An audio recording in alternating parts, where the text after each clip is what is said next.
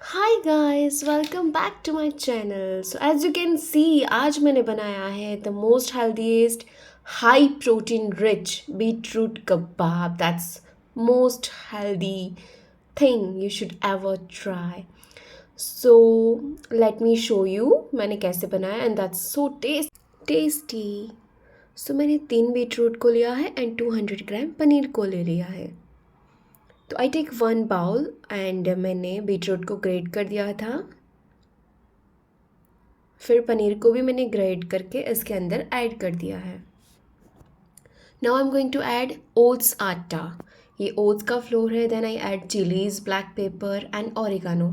Chilli flakes मैंने add नहीं किया। अब हाथ में थोड़ा सा ऑयल लगा के फिर इसको कबाब का शेप देना है। आप कोई भी शेप दे सकते हो, बट मैंने राउंड शेप दे दिया है। That looks different, same as always.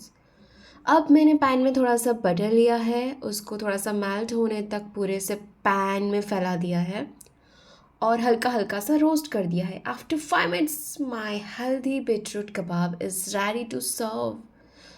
That's so yum, guys. You don't believe it. That's so yum. Should definitely try, guys. That's very yum. Bye, guys.